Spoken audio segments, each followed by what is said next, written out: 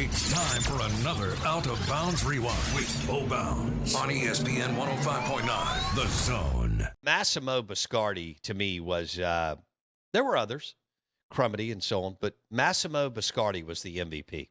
When you've got those kind of stones and bells to hit 3 straight kicks in bad weather, pressure, all that, everything's going against you, pretty damn impressive from that young man. And I thought Cadillac missed on the second timeout. I thought it was too late. But the refs let him and that staff do whatever the hell they wanted all night, which I could not figure out. We welcome in Steve Robertson, 247 Sports, Gene's page, the Boneyard Podcast. Steve joins us on the Dos Equis guest line. Steve, how about Massimo Biscardi, man? I mean, was that pressure-packed, bad weather, Cadillac's going to empty the tank on the timeouts? How impressed were you with that young man?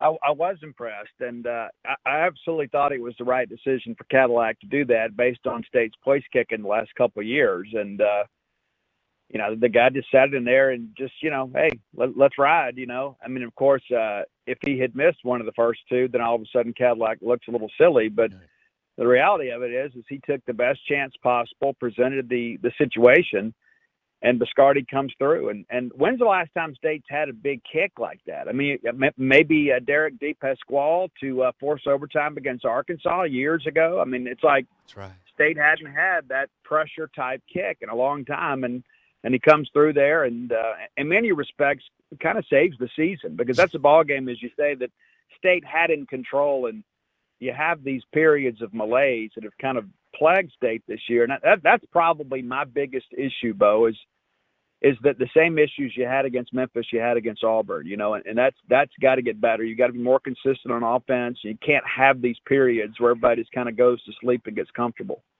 Man, Massimo Biscardi, what a dude last weekend. Like you said, they needed that shot in the arm, and that kid was and we talked to Steve. It's easy for all of us to kind of gloss over.